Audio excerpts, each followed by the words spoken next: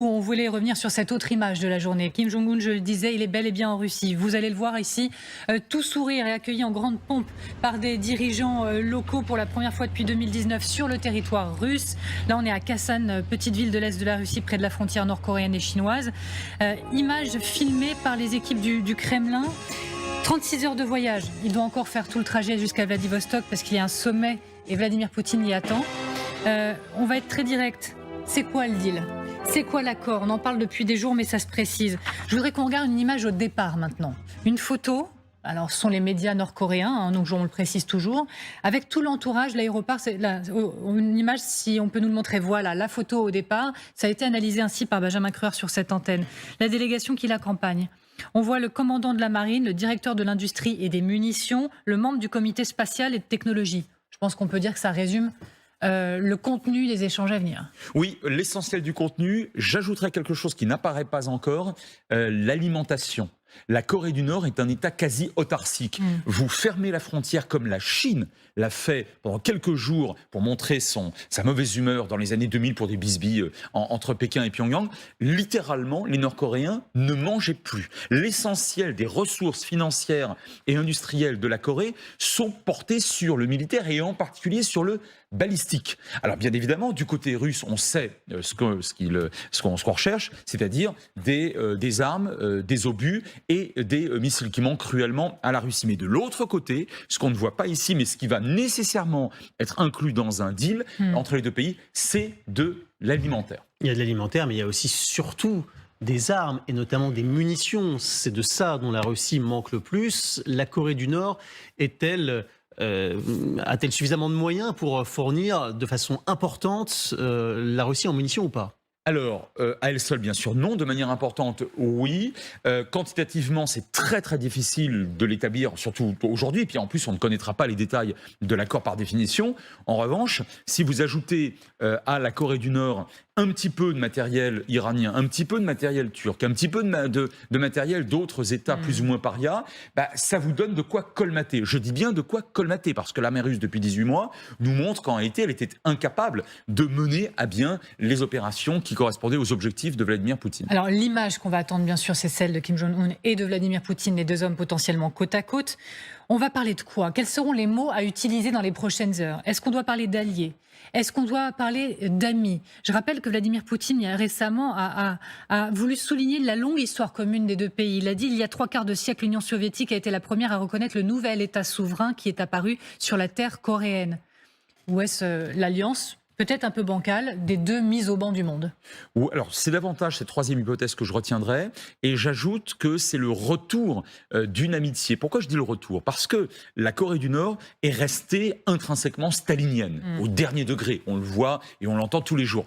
Ce n'est bien sûr plus le cas de la Russie depuis qu'elle n'est plus soviétique en 91. Et pendant toutes les années 90 et les années 2000, la Corée du Nord a accusé la Russie d'avoir littéralement abandonner le communisme. Alors aujourd'hui, évidemment, les Russes viennent demander de l'aide qui sera d'ailleurs financièrement et à mon avis alimentairement payée rubis sur ongle à la Corée du Nord, qui maintenant va passer l'éponge. Mais c'est pour vous dire que c'était une alliance qui existait, oui, mais jusqu'au moment où les Russes ne sont plus devenus, sont devenus autre chose que communistes. Donc c'est quand même un rattrapage de quelque chose. Alors cette image, évidemment, elle fait réagir du côté de l'Occident. Que dit-on du côté de Washington, par exemple ? Écoutez. Je pense qu'il est juste de dire qu'avoir à traverser tout son propre pays pour rencontrer un paria de la scène internationale dans le but de lui demander de l'aide, surtout dans une guerre qu'il espérait gagner en un mois, je dirais que ça revient à quémander de l'aide. Alors il a raison, Mathieu Miller, ou pas ? Oui, il a raison. La Russie quémande de l'aide, on l'a vu tout à l'heure. En 18 mois de guerre, la Russie a démontré qu'elle était militairement extrêmement faible, mal équipée, mal préparée, etc. Sauf que l'Ukraine quémande de l'aide aussi. Et dans n'importe quel conflit, et en particulier au Moyen-Orient pendant des décennies, mais aujourd'hui en Afrique aussi, les États demandent. Alors, l'Ukraine n'a pas la même puissance. Dévalorisant. Enfin, l'Ukraine n'a pas la même taille ou la même puissance que la Russie. Absolument. C'est la raison pour laquelle le terme quémander, oui, il s'impose. Et le petit rictus, le petit sourire de ce haut responsable américain disait beaucoup de la difficulté de Vladimir Poutine, effectivement, à aller chercher de l'aide extérieure. Alors les Américains, ils rappellent que toute vente d'armes entre les deux pays, ça donnera lieu à des sanctions. Le pays, la Corée du Nord, est déjà ultra sanctionné. Déjà, on ne voit pas trop en quoi ça ralentit. On va en reparler, c'est même l'inverse plutôt, la Corée du Nord.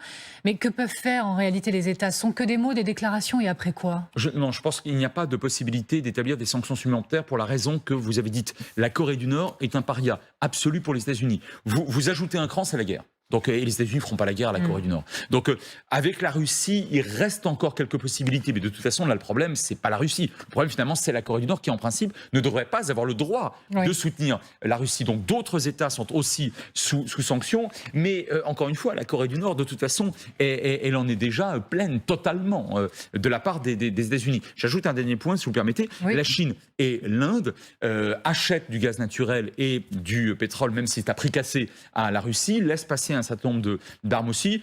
Les Américains prennent leur temps pour établir des sanctions, parce que sanctionner l'Inde, comme d'ailleurs la Corée du Nord, c'est quand même autre chose que de sanctionner un tout petit pays. Justement, est-ce que la Corée du Nord n'est pas en train de quitter ce fameux rôle d'État paria? Alors évidemment, ce n'est pas un retour triomphant sur la scène internationale, mais tout de même, la rencontre au sommet, écrit Philippe Ponce dans Le Monde, entre les deux dirigeants, révélatrice de l'entrée de la Corée du Nord sur la scène internationale, non plus, écrit-il, comme un abcès de fixation, mais comme un acteur susceptible d'intervenir ailleurs. Voilà ce qu'il écrit, le correspondant du Monde au Japon. Il faut arrêter de croire que le leader nord-coréen est fou et qu'ils font n'importe quoi. C'est ce qu'il dit. Alors, Philippe Ponce a parfaitement raison, il n'est pas fou, c'est un vrai pragmatique. D'ailleurs, il est au pouvoir et il fait tout pour rester au pouvoir et pour continuer à faire craindre à l'Occident un jour une guerre nucléaire, puisque, a priori, la Corée du Nord, même si ce n'est pas officiel, est vraisemblablement dotée au moins de plusieurs engins. En revanche, je serais très prudent sur la possibilité pour Pyongyang d'intervenir ailleurs. Là, pour le coup, je ne vois pas très bien quels sont les États qui seraient prêts aujourd'hui à ouvrir leurs portes au commerce avec, ou à la diplomatie d'ailleurs, avec la Corée du Nord, et en tout cas, personne en Occident. En tout cas, si on regarde un peu dans le rétro, rencontre avec Trump en 2019, je ne me suis pas trompée, adoubée par la Chine quand même entre-temps. Il y a ces images avec la Russie. L'influence, elle semble croissante. Je le disais, les sanctions ne l'ont pas empêché maintenant de quitter ses frontières et encore moins. Jusqu'où ça peut aller cette alliance ? Est-ce que ça peut mener à des manœuvres communes, même militaires ? Comment il faut regarder la suite ? On a commencé à les voir en réalité, les manœuvres. Mais des manœuvres militaires, notamment entre la Chine, la Russie et maintenant la Corée du Nord, ça ne signifie pas une véritable alliance. Le terme d'alliance, je pense qu'il faut absolument éviter de le galvauder. Beaucoup d'observateurs le galvaudent, c'est très important. Une alliance, ça signifie concrètement que le sang de vos soldats va couler en faveur de l'allié si l'allié est attaqué. Or, il n'y aura pas de soldats nord-coréens en Ukraine aux côtés de camarades russes, comme il n'y a pas d'ailleurs de soldats chinois et qu'il n'y en aura pas aux côtés de leurs camarades russes. Donc, si vous voulez, le terme d'alliance, il est, je pense, non seulement prématuré aujourd'hui, mais il est trop fort. Et d'ailleurs, le seul allié militaire de la Corée du Nord depuis la guerre de Corée de 1950-53, c'est la Chine, le seul. Et c'est un allié qui n'est pas inconditionnel, il n'y en a pas d'autres. Donc pour l'instant, entre Moscou et Pyongyang, on est sur une coopération active, importante, mais c'est toujours pas une véritable alliance.